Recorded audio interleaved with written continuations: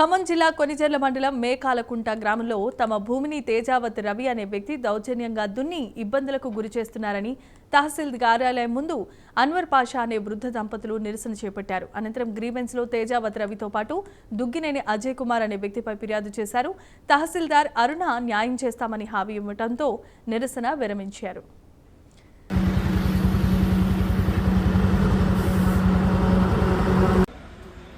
1971లో తను అనారోగ్యంగా ఉన్నప్పుడు తన భార్య పేరు మీద వీలునామా రాసి తీసుకోవాలి. దుగ్గినేని అజయ్ కుమార్ పైన దుగ్గినేని అజయ్ కుమార్ పైన అక్రమంగా భూమిని సాధన చేసుకున్న దుగ్గినేని అజయ్ కుమార్ పైన దుగ్గినేని అజయ్ కుమార్ పైన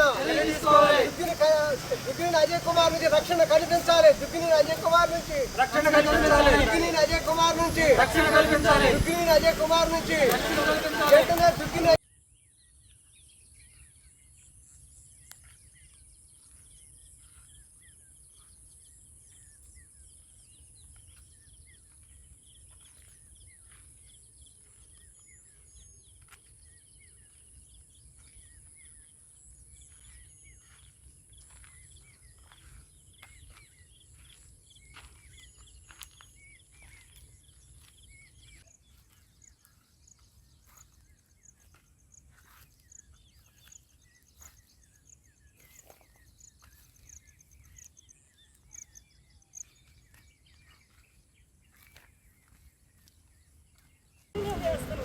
మా అమ్మ వాళ్ళే అనారోగ్యం పాలయ్యారు.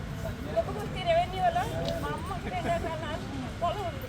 ఆ పొలం మీద దౌర్జన్యం చేస్తున్నారు. ఈ ముగ్గురు అక్క చెల్లెలు మాకు వెనుక అంటే ఎవరు లేదు. దృష్టి వాళ్ళకి మా ఇంటికి వస్తున్నారు.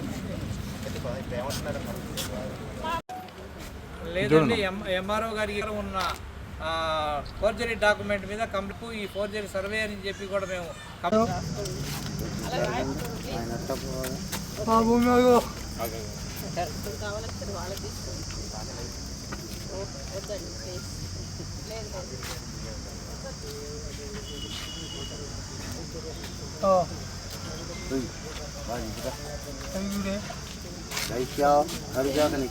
ఫోన్ చేశారు అని రావాలా వద్దా? రాకుండా రండి, అక్కడికి వచ్చి కంప్లైంట్ పెట్టండి అంటున్నారు. మీరు వీళ్ళనైతే తీసుకెళ్ళండి, నేను ఎస్ఐ గారితో కూడా మాట్లాడతాను. ఇది అయితే నేను కలెక్టర్ దృష్టికి అయితే తీసుకెళ్తాను. చూద్దాం. అయితే ఒకటి చెప్తాను, చెప్తాను.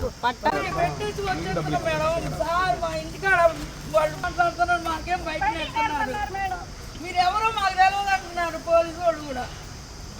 ఇట్లుంది కాలి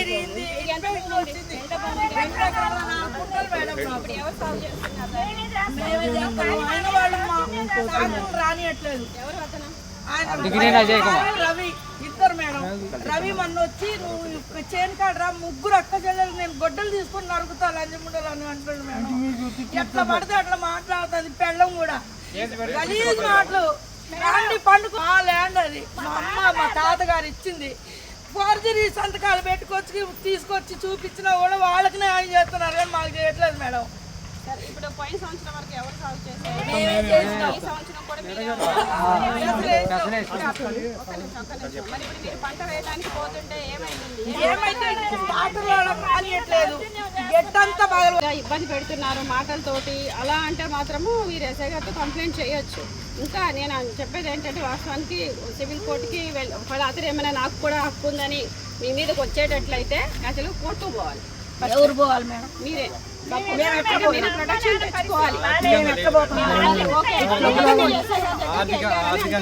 ఎవరు మిమ్మల్ని ఇబ్బంది పెడుతున్నారని నేను ఎస్ఐ గారితో కూడా మాట్లాడుతాను. సార్ ఇదే పిటిషన్ ఒకసారి ఎస్ఐ గారికి కూడా ఇవ్వండి. ఇప్పుడు నాకు ఇచ్చినట్టుగానే అక్కడ కూడా ఇవ్వండి. నేను మాట్లాడతాను ఎస్ఐ గారితో కూడా. సరేనా? వాళ్ళు ఎంతవరకు చట్ట ప్రకారం చేయాలో అంతవరకు చేస్తారు. నేను కూడా ఎంతవరకు చేయాలో అంతవరకు చేస్తాను. మేడం మేమైతే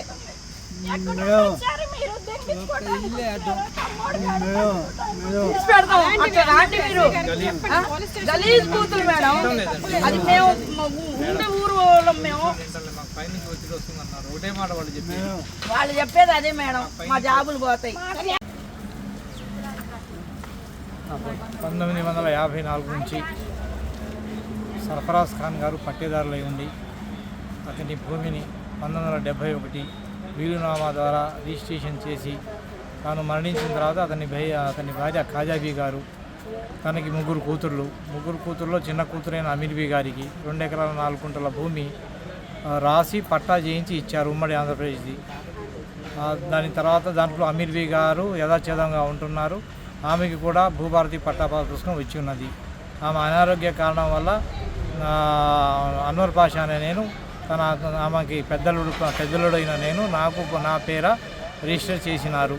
అట్టి భూమిలో దుగ్గినేని అజయ్ కుమారు అక్రమంగా ప్రవేశించి దాన్ని ఎలాగైనా ఆక్రమించుకోవాలని ప్రయత్నం చేస్తున్నారు.